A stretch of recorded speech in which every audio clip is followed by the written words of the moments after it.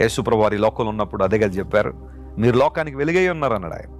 మీరు లోకానికి ఉప్పై ఉన్నారు, రెండవది మీరు వెలుగై ఉన్నారు.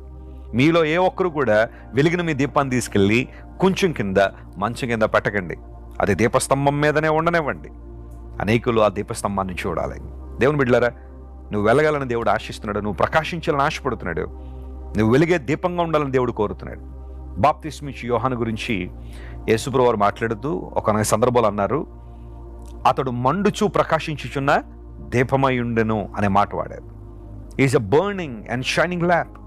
బాప్తిస్మిచ్చి యోహాను గురించి యేసుప్రభు వారు సాక్ష్యం ఇవ్వడానికి కారణం ఉండదు తెలుసా, అతని వెలుగు అనేక మందిని ప్రభు దగ్గరికి ఆకర్షించింది. నేను ఆ జీవితాల్లో కూడా దేవుడు మనకిచ్చిన వెలుగు ద్వారా అనేక మందిని ప్రభు దగ్గరికి మనం ఆకర్షించగలిగితే అంతకన్నా ఆశీర్వాదకరమైన ధన్యవంతమైన జీవితం మరొకట్లేదు. ఈరోజు ఈ వాగ్దానాన్ని క్లెయిమ్ చేయండి, ప్రభువును స్తుతించండి. దేవుడు నీ ఘనతనివ్వబోతున్నాడు, నిన్ను హెచ్చిస్తున్నాడు. ఆయన నీ కొరకు దీపాన్ని సిద్ధపరిచిన దేవుడు, వెలుగును సిద్ధపరిచిన దేవుడు, అనేకమైన ఆశీర్వాదాలు నీ కోసం సిద్ధపరిచిన దేవుడు ఆయన.